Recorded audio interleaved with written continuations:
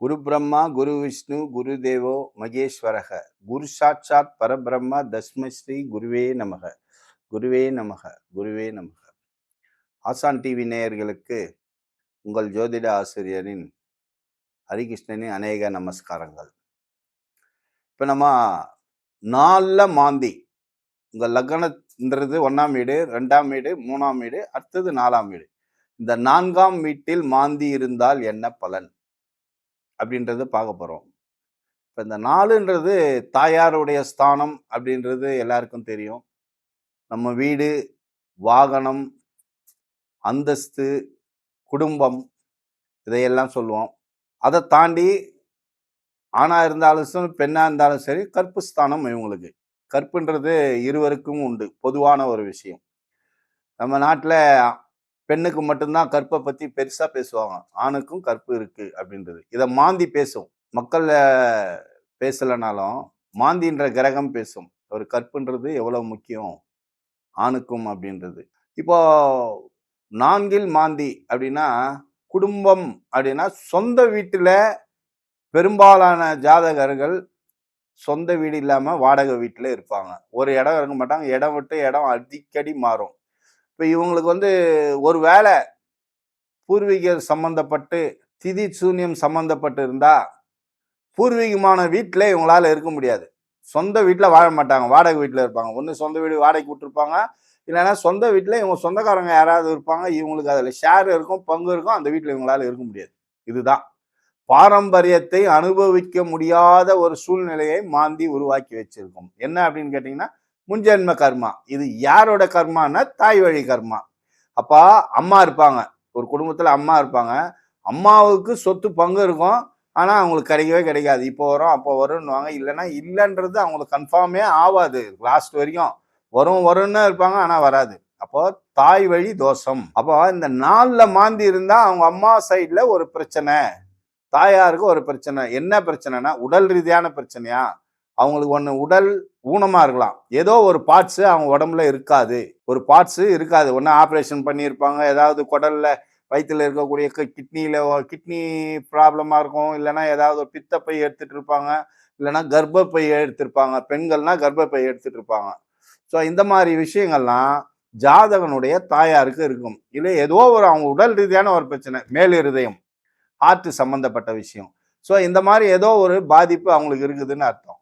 அப்போ இல்லைன்னா குடும்பம் வறுமை, கஷ்ட ஜீவனம், ஜீவனத்திலே கஷ்ட ஜீவனம். அவங்க வீடு பார்த்தீங்கன்னா கொஞ்சம் பால் அடைஞ்ச மாதிரி இருக்கும். சில வீடுலாம் போனீங்கன்னா இன்டீரியர் டெக்கரேட்டரோட சூப்பராக இருக்கும். அது சுக்கிரன் சம்மந்தப்பட்டிருக்கணும். இப்போ மாந்தியும் சனியோ சம்மந்தப்பட்டீங்கன்னா அந்த வீட்டுக்குள்ளே போகிறதுக்கே ஒரு மாதிரி அருவருப்பாக இருக்கும். ஒரு மாதிரி ஒரு ஒரு பொலிவே இருக்காது. ஒரு ஒரு சூன்யமாக இருக்கும். திதி சூன்யம் சம்மந்தப்பட்டிருந்தா அந்த வீட்டுக்குள்ள போறதுக்கே பிடிக்காது. இருக்கிறவங்கள பார்த்தோன்னா எப்படா அந்த 2 நிமிஷத்துல வெளியே வந்துடும்னு தோணும். அந்த மாதிரி ஒரு அமைப்பு இருக்கும். சில வீட்டுங்களுக்குள்ள போனா வெளியே வர எப்படா கிளம்புவோன்னே இருக்கும். ஒரு சில வீட்டுக்கெல்லாம் போனால் இன்னும் கொஞ்சம் நேரம் இருக்கலாமேன்னு தோணும். அது ஒரு பக்கம் மியூசிக் போகும், ஒரு பக்கம் நல்ல நறுமணம் வாசனை இருக்கும், ஒரு டெக்கரேஷனோட இருக்கும், பார்க்கறதுக்கு நல்லா இருக்கும். ஒரு 2-3 லேடிஸ் இருப்பாங்க. இதெல்லாம் சுக்கிரன் சம்மந்தப்பட்டிருக்கணும். கொஞ்ச நேரம் இருக்கலாமே, டிவி ஒரு பக்கம் ஓடின்னு இருக்கும். அது ஒரு ஹாப்பியான சூழ்நிலை இருக்குன்னா மாந்தியும் இதை செய்யும். கூட ஒரு கிரகம் சம்மந்தப்படணும்னா சுக்கிரன் சம்மந்தப்படணும். அந்த வீட்டை விட்டு வெளியே வந்தா போதும்னாக்கா அது சனி சம்மந்தப்படணும், கேது சம்மந்தப்பட்டிருக்கணும். அவ்வளவுதான். அப்போ ஒவ்வொரு கிரகத்துக்கும் ஒரு விஷயம் இருக்குது. அப்போ புதன் சம்மந்தப்பட்டுருந்துச்சுன்னா ஒரு வீட்டுக்கு நீங்க போறீங்க, உட்காடுறீங்க, பேசுறீங்கன்னா அந்த வீடு சம்மந்தப்பட்ட ஓனரு, உரிமையாளரு உங்ககிட்ட பேசினே இருப்பாரு, உங்களை வெளியவே அனுப்ப மாட்டார். இல்ல நீங்க பேசினு இருப்பீங்க. அப்போ ஒவ்வொரு கிரகத்துக்கும் ஒரு விஷயம் இருக்குது. இப்போ 4ல் மாந்தி அப்படின்றது இந்த கற்பு ஸ்தானம் சொன்னேன் இல்லையா, கற்புக்கு வருவோம். இப்போ யார் யாரோட ஜாதகத்துல லக்னம்ல 4 இருக்கோ இவங்கள் திருமணத்துக்கு முன்னாடியே கற்பை இழப்பார்கள். 100% எழுதி வச்சிங்க. இது ஆணா இருந்தாலும் சரி, பெண்ணா இருந்தாலும் சரி. இதுக்கு யார் சம்பந்தப்பட்டிருக்கணும் அப்படின்னா திதி சூன்யம் சம்பந்தப்பட்டிருக்கணும். இதை சில ஜோதிடர்கள் வெளிப்படையா சொல்ல மாட்டாங்க. இப்ப நம்ம ஏன் சொல்றோம் அப்படின்னா உங்களுக்கு ஒரு அவேர்னஸ் வேணும். அவேர்னஸ்னா இந்த கற்புன்ற சம்பந்தப்பட்ட நம்மளா கற்பை இழந்துக்கிறதுன்றது அது நம்ம சம்பந்தப்பட்டது. ஒரு அசம்பாவிதத்தினால ஒரு கற்பு பறி போறதுன்றது நம்ம விருப்பப்படாத ஒரு விஷயம்னா ஒரு இன்சிடென்ட், ஆக்சிடென்ட்னு சொல்றேன் இல்லையா. ஒருத்தர் ஏமாத்தி கற்பை அழிக்கிறது ஒண்ணு, விருப்பம்லாம் கூட்டு பலாத்காரம் சொல்றோம் இல்லையா, அதுக்காக தான் இந்த விஷயம் சொல்றேன். திருமணத்துக்கு முன்னாடியே கற்பை இழக்கக்கூடிய சூழ்நிலை உருவாகும்னா அது பெண்ணுக்கு நடக்கும். ஆணுக்கு நடந்தா பெரிய விஷயம், பாதிப்பு இல்லை.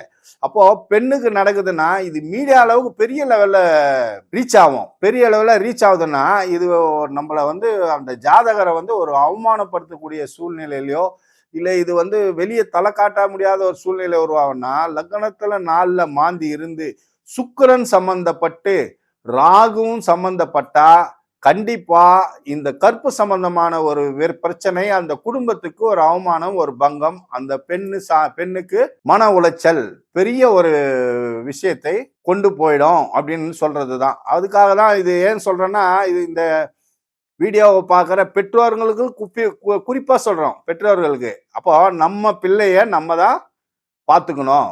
அப்போ இதுல எந்த டீனேஜ்ல உள்ள பெண்களை நம்ம குறிப்பா ரொம்ப ஜாகிரதையா பார்த்துக்கணும். அப்போ அவங்களுக்கு அவங்களுடைய ஜாதகத்துல 4ல மாந்தி இருக்கா, அப்ப என்ன பண்ணணும்னா கற்பு இழப்பாங்கன்னா அதையே நம்ம என்ன பண்ணணும், பரிகாரமா மாத்தணும். அந்த காலகட்டத்துல வரதுக்கு முன்னாடி திருமணம் பண்ணி வச்சிடணும். அப்ப திருமணம் பண்ணா என்ன ஆகுனா முறைப்படி கற்பு இழக்க போறாங்க. இதானே லாஜிக்கு, முடிஞ்சிச்சு உங்களுக்கு. அப்போ இது இந்த அவமானத்துல நம்ம இருக்கணும்னா இதெல்லாம் ஒரு ஜோதிடத்தில் இருக்கக்கூடிய விதியில இது ஒரு டெக்னிக்கலான ஒரு பரிகாரம்.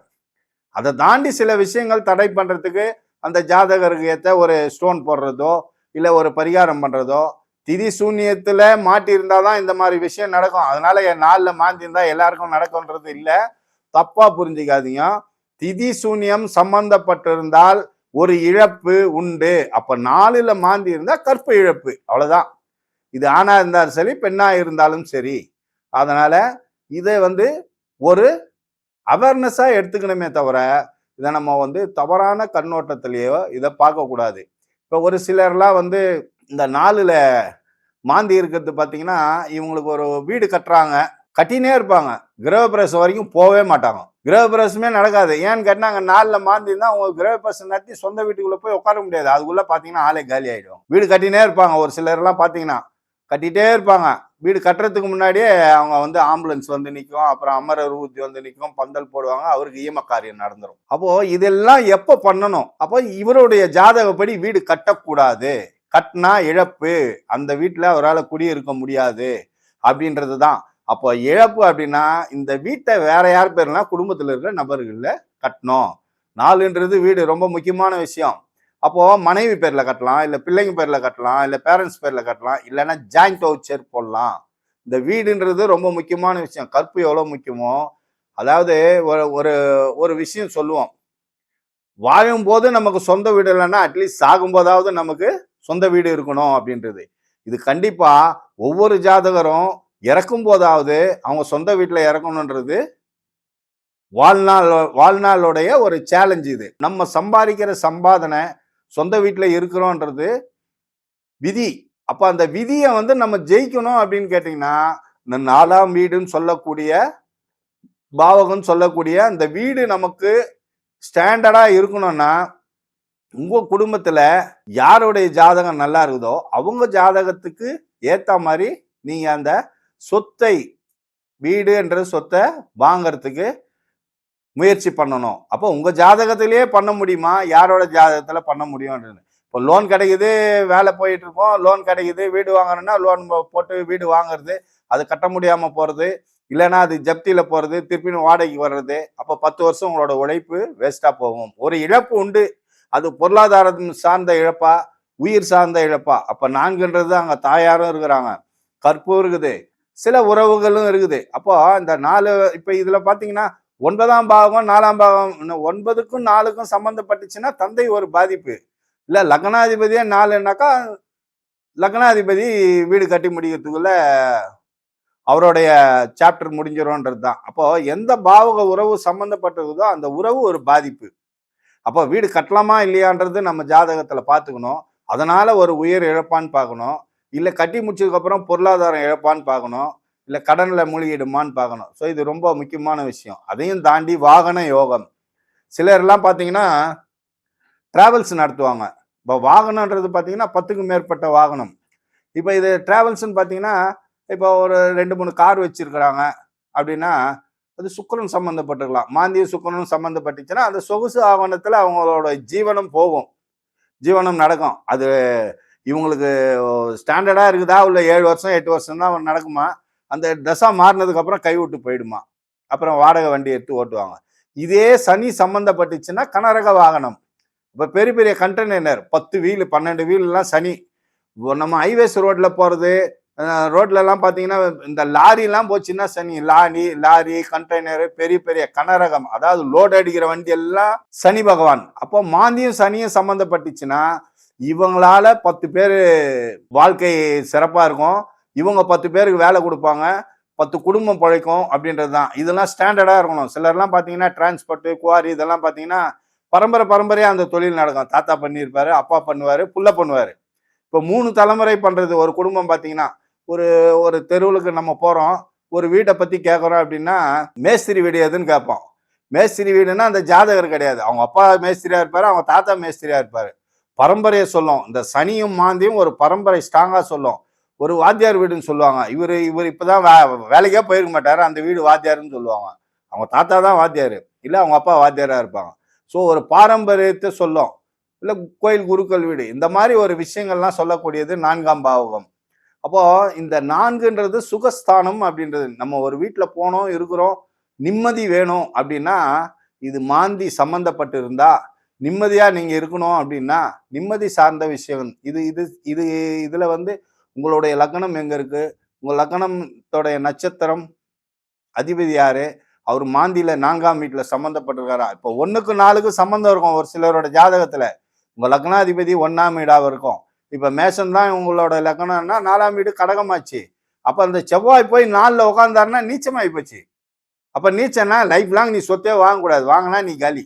4 தான் பூமிக்காரகன் செவ்வா. உன் பேர்ல சொத்தே இருக்கக்கூடாது. சொத்து இல்லாம நீ வாழை வீட்டுல கூட இருந்துட்டு போயிடலாம், இல்லை உங்க ஒய்ஃப் பேர்லயோ உங்க அம்மா பேர்லயோ வாங்கிடும்.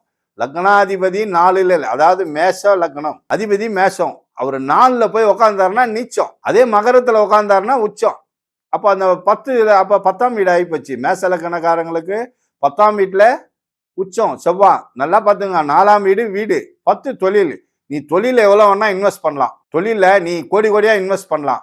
நீ 20,000 30,000 15,000 ரூபாயில நீ வாடகை தான் இருக்கணும் லைஃப் லாங்க. நம்ம இவ்வளோ கோடி கோடியா நமக்கு வருது, நீ வீடு வாங்கினீன்னா நீ கம்பெனிக்கும் போக முடியாது, வீட்டுக்கும் போக முடியாது, சுடுகாட்டுக்கு தான் போகணும். இதான் மாந்தி, சரிங்களா? அதனால உங்க ஜாதகத்துல நீங்க 4ஆம் வீட்டுல கை வச்சீங்கன்னா 10ஆம் வீடு காலி ஆயிடும்.